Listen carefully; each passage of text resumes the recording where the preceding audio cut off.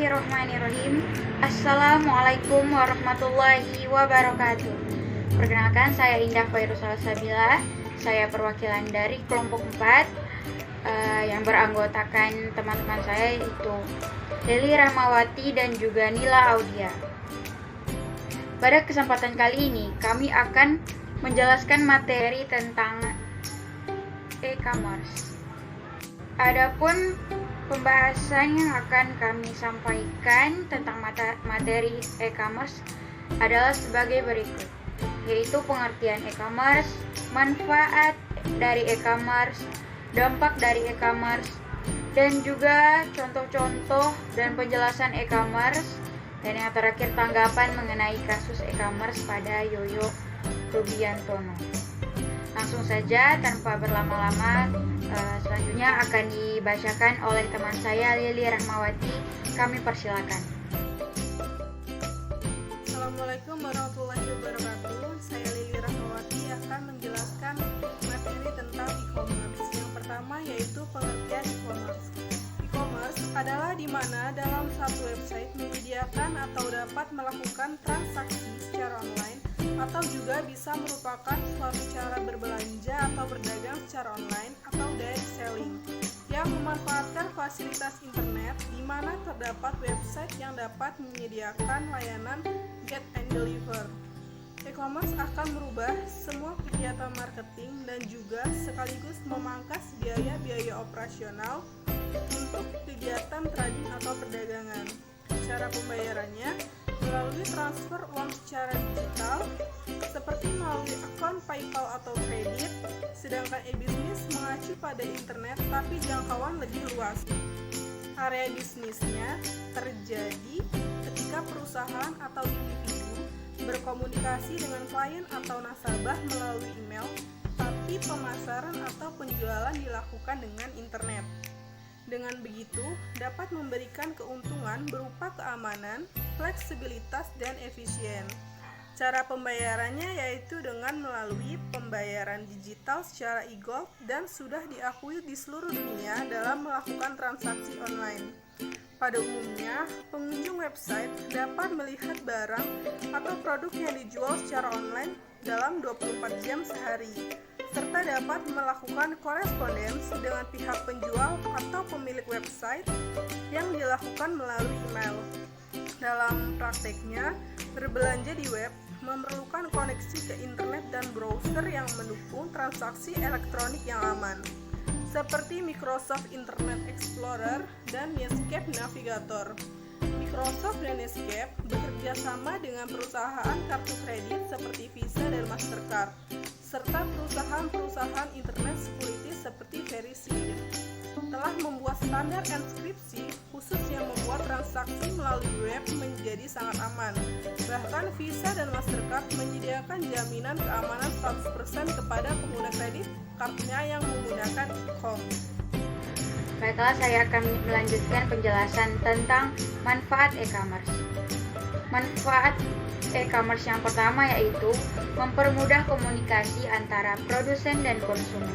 Yang kedua, mempermudah pemasaran dan promosi barang atau jasa. Yang ketiga, memperluas jangkauan calon konsumen dengan pasar yang jelas. Dan yang keempat, mempermudah proses penjualan dan pembelian. Yang kelima, mempermudah pembayaran karena dapat dilakukan secara online. Dan yang terakhir yaitu keenam, mempermudah penyebaran informasi. Adapun dampak dari e-commerce, terdapat dampak positif dan negatif dari e-commerce.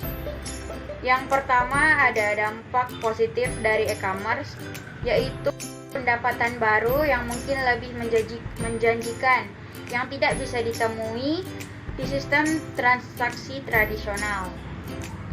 Yang kedua, dapat meningkatkan market exposure atau pangsa pasar.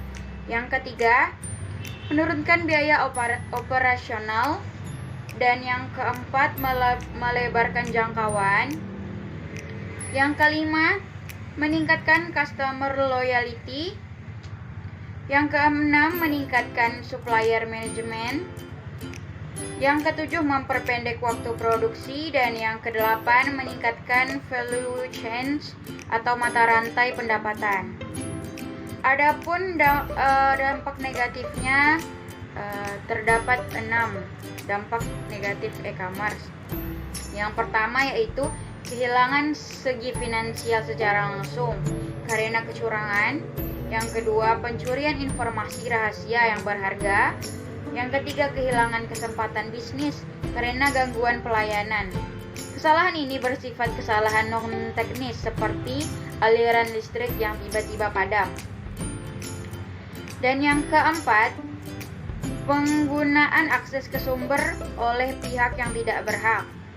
Misalkan seseorang hacker yang berhasil membobol sebuah sistem perbankan. Setelah itu, ia memindahkan sejumlah rekening orang lain ke rekeningnya sendiri. Yang kelima, kehilangan kepercayaan dari para konsumen. Dan yang terakhir yaitu kerugian yang tidak terduga yang disebabkan oleh gangguan yang dilakukan dengan sengaja, ketidakjujuran, praktek bisnis yang tidak benar, kesalahan faktor manusia atau kesalahan sistem. Baik, sekian penjelasan dari saya. Selanjutnya akan dilanjutkan oleh Nila Audia. Nila Audia, saya akan melanjutkan pembahasan selanjutnya, yaitu contoh-contoh e-commerce dan penjelasannya. Yang pertama ada OLX. OLX adalah salah satu bisnis e-commerce di Indonesia dengan model listing atau juga bisa disebut dengan iklan baris. Yang kedua ada Kaskus. Kaskus yang merupakan forum diskusi online juga memiliki fitur jual beli atau juga sering disebut dengan forum jual beli, sehingga kegiatan transaksi langsung menghubungkan antara pihak penjual dan pihak pembeli. Secara umum, bisnis e-commerce dengan model bisnis yang merupakan iklan baris menggunakan metode transaksi cash on delivery atau COD. Yang ketiga ada Tokopedia. Tokopedia merupakan salah satu bisnis e-commerce di Indonesia dengan model marketplace, customer to customer. Melalui Tokopedia, pelaku usaha mikro kecil dan menengah UMKM dan juga usaha perorangan dapat melakukan pengembangan pada bidang usahanya. Yang keempat ada Bukalapak. Bukalapak termasuk dalam bisnis e-commerce di Indonesia dengan model marketplace, customer to customer. Pengguna Bukalapak dapat berperan sebagai pihak penjual, pihak pembeli, atau bahkan menjadi pihak penjual sekaligus pihak pembeli. Yang kelima ada Belanja.com, salah satu bisnis e-commerce di Indonesia dengan model marketplace, customer to customer. Saat ini adalah Belanja.com. Belanja.com didirikan pada tanggal 17 September 2012 dari hasil joint venture antara Telkom Indonesia dan eBay. Yang keenam ada Blibli. Blibli adalah salah satu contoh bisnis e-commerce di Indonesia dengan model bisnis shopping mall. Pada model bisnis shopping mall, pihak penjual haruslah merupakan penjual yang memiliki brand ternama untuk dapat menjadi penjual di Blibli. Proses verifikasinya sangat ketat. Keuntungan bisnis online ini didapatkan dari komisi yang diberikan oleh penjual. Yang ketujuh ada Tiket.com.